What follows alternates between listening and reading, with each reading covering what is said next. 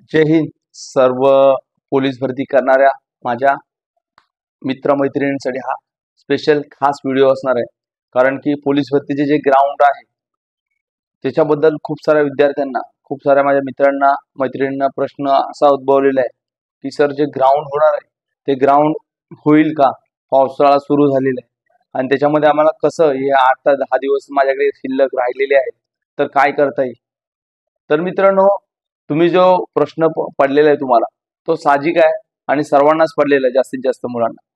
तर याच्यावरती विचार करून होणार नाहीये. आता आपल्याकडे काहीच दिवस शिल्लक आहेत. त्या काहीशा दिवसामध्ये आपल्याला काय करता येईल?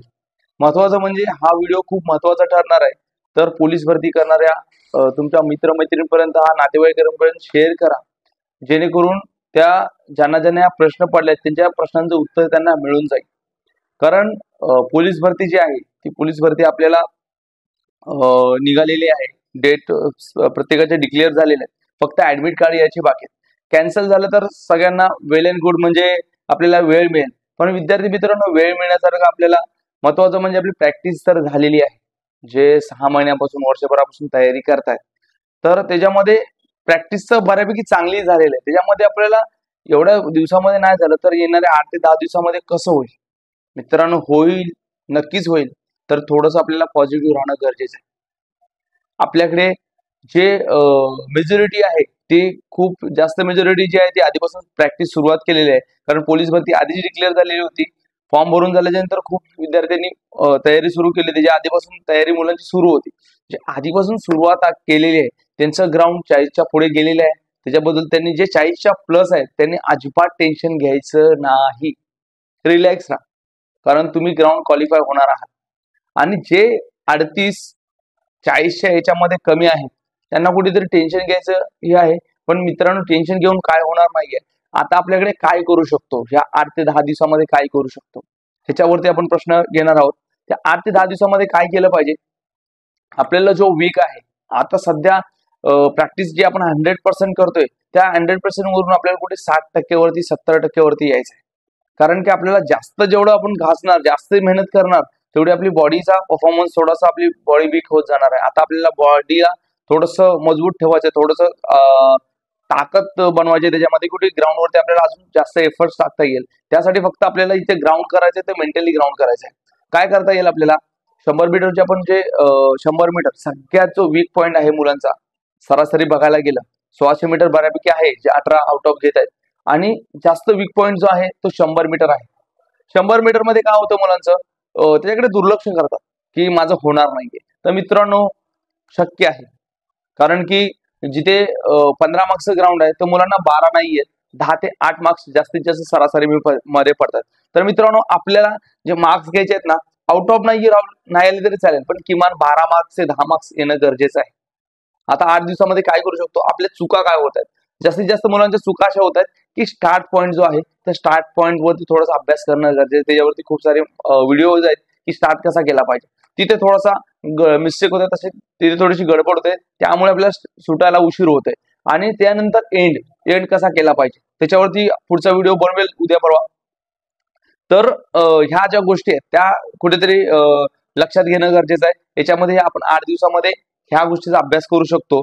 जास्त जेवढी मेहनत करणार आहे, कारण आपण भरपूर मेहनत केलेली आहे ग्राउंडवरती, भरपूर हे केलेलं आहे, प्रॅक्टिस केलेली आहे. त्या एवढ्या महिन्यामधून नाही झालं तर आपण 8 दिवसामध्ये मेंटली स्ट्रॉंग राहून टेक्निकली कसं करता येईल, त्या टेक्निकली वरती आपल्याला काम करायचंय. त्यानंतर ह्या 100 मीटरचा झाला. ज्या विद्यार्थ्यांचा गोळा जात नाहीये, गोळ्यासाठी काय करता येईल? कारण आपण भरपूर दिवस झाला, महिना गोळा टाकतोय तरी आपला गोळा जात नाहीये. तर फक्त कुठेतरी व्हिडिओज बघून आपल्याला टेक्निकली कसं करता येईल, माझा गोळाचा पुश कसा भेटेल, त्या आपल्या अकॅडमीच्या इंस्टाग्राम चॅनलवरती पण गोळ्याची प्रॅक्टिस दिलेले आहेत. प्रॉपर जर तुम्ही टेक्निक जर हे करतायत, तर तुमचा 8 दिवसामध्ये गोळा आउट ऑफ जातो. त्याच्यासाठी तुमची बॉडी आणि हे असणं गरजेचं नाहीये. जे प्रॉपर टेक्निक ट्रिक जर तुम्ही फॉलो करतायत ना, तुमचा गोळा आउट ऑफ जाणार आहे मित्रांनो. जर आउट ऑफ नसेल ना, तरी 12 मार्काचा किमान आपला गोळा हवा आहे. राहिली गोष्ट 1600ची. 1600 मध्ये मित्रांनो आता प्रॅक्टिस करून होणार नाहीये. 1600 मीटर साठी किमान तुम्हाला 5 ते 6 महिने आउट ऑफ करण्यासाठी जातात. त्यासाठी प्रॅक्टिस वेगवेगळे रेपिटेशन असतात. आणि जर आता प्रॅक्टिस करायची असेल तर मित्रांनो, थोडीच नॉर्मलीच प्रॅक्टिस करा. सकाळच्या वेळेस 2 पार्ट मध्ये प्रॅक्टिस करा. कारण आपल्याला ग्राउंड येणार आहे. ते ग्राउंड मध्ये आपल्याला जास्त मेहनत करून चालणार नाही, थोडी थोडी नॉर्मली प्रॅक्टिस करायची आहे. आणि 1600 मीटर साठी नॉर्मली आपल्याला जेवढं करता येईल 400चे 800चे 1-2 रेपिटेशन घ्या, जास्त करू नका. आणि सगळ्यात महत्वाचं म्हणजे जिथे जिथे तुम्ही प्रॅक्टिस करणार आहे, आता सध्या ग्राउंड खराब झालेले आहे, पाण्यामुळे पाणी साचलेलं आहे, पावसामुळे आणि आता सगळ्या ठिकाणी रोडवरती प्रॅक्टिस ग्राउंड होणार आहे.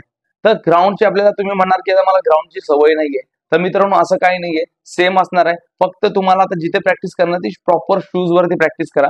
कारण रोडवरती जे खडे असतात, दगड असतात किंवा काच वगैरे असेल तर पायामध्ये लागण्याची शक्यता आहे. तर हा जो काळ आहे तो खूप महत्वाचा आहे, कारण ह्याच्यामध्ये इंजुरी होण्याचे चान्सेस जास्त असतात. त्यामुळे सांगतो की आपली प्रॅक्टिस थोडीशी कमी करून फक्त मेंटली स्ट्रॉंग राहणं गरजेचं आहे. आणि महत्वाचा मुद्दा, हे सकाळची प्रॅक्टिस झाली, सकाळच्या प्रॅक्टिसमध्ये हे सगळं करू शकता.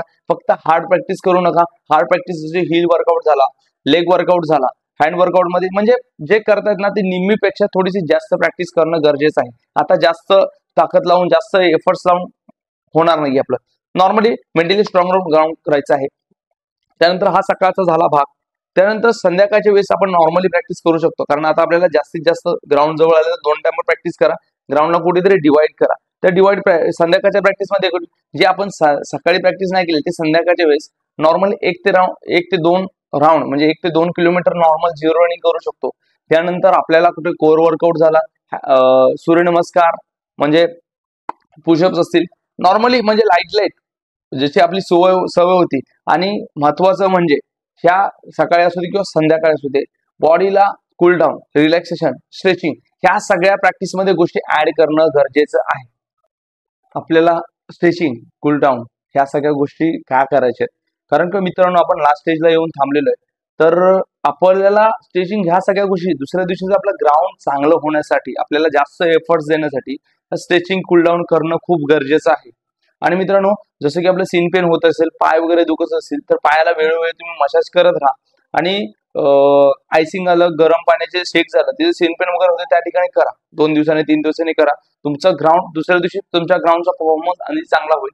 आणि मित्रांनो पूर्ण काळजीपूर्वक कुठे जरी गाडी चालवत असाल, बाईक चालवत असाल, कारण आपण एवढे दिवस नाही झालो, पण जास्त टेन्शन फ्री राहून ज्या गोष्टी करणार तर डोक्यामध्ये हा विचार घेऊ नका की माझं ग्राउंड आहे असं.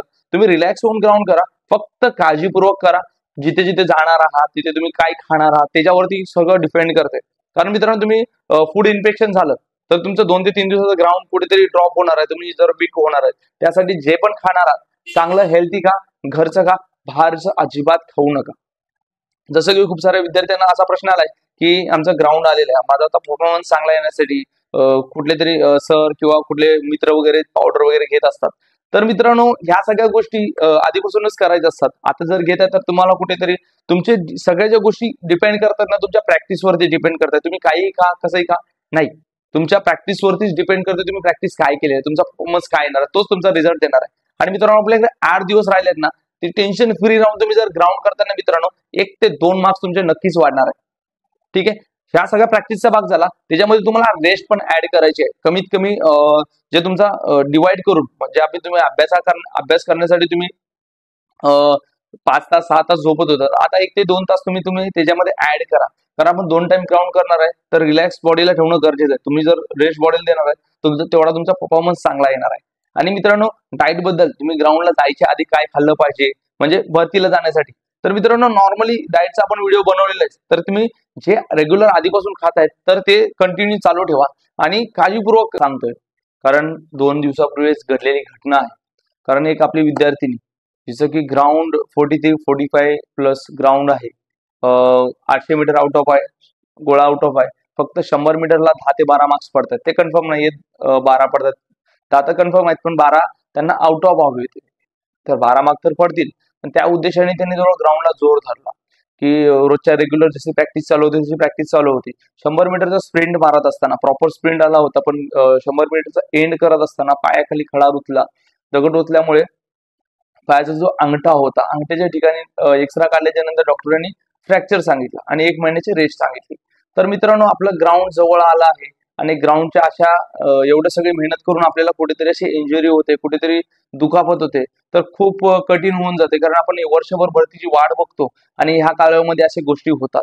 तर मित्रांनो फक्त ह्याच कळकळीची विनंती आहे, पण जिथे जे तुम्ही ग्राउंड करतायत ना, ग्राउंडच्या ठिकाणी तुम्ही जातात, तुम्ही फक्त कुठे प्रकारची दुखापत होऊ नये, कुठे त्रास होऊ नये ह्या पद्धतीने तुम्ही ग्राउंड करा, कारण आपली ऑलरेडी प्रॅक्टिस झालेली आहे. ठीक आहे. आणि मित्रांनो ह्याच्यामध्ये तुम्हाला कोणत्याही प्रकारचा डाऊट्स असेल, प्रॉब्लेम असेल तर व्हिडिओच्या खाली कमेंट्स नक्कीच करा. फक्त आपल्याला ह्या वर्षी वर्दी कशासाठी मिळवायची आहे, का मिळवायची आहे, त्या ह्याने आतमध्ये जी आपली जी महत्वाचं म्हणजे काय, आपले आई वडील आपल्याला कोणते ह्या आशेने बघतात की ह्या वर्षी माझा मुलगा, ह्या वर्षी माझी मुलगी वर्दी घेऊन येणार आहे, तर त्यांच्यासाठी आपल्याला कुठेतरी 100% देऊन एफर्ट्स लावून आपल्याला ग्राउंडवरती परफॉर्मन्स चांगला द्यायचा आहे आणि वर्दी मिळवायची आहे मित्रांनो. आणि शेवटपर्यंत हार मानायची नाही कोणत्याही परिस्थितीमध्ये. फक्त लास्ट पर्यंत पॉझिटिव्ह राहा. ग्राउंडवरती जे ग्राउंड आहे फक्त ग्राउंडवरती जाऊन स्वतःचे पूर्ण 100% देऊन 1 ते 2 मार्क्स त्याच्यामध्ये कसे ऍड करता येईल, मेंटली स्ट्रॉंग राहून ह्याच्याकडे फक्त फोकस करा. आणि मित्रांनो हा जर व्हिडिओ तुम्हाला आवडला असेल, तुमच्या पोलीस भरती करणाऱ्या मित्र मैत्रिणींपर्यंत व्हिडिओ शेअर करा. आणि मित्रांनो फक्त मी हे मला एवढंच मोटिवेशन मिळेल की तुम्हाला व्हिडिओ आवडला तर पुढचा व्हिडिओ तुमच्यासाठी नक्कीच बनवला जाईल. जय हिंद.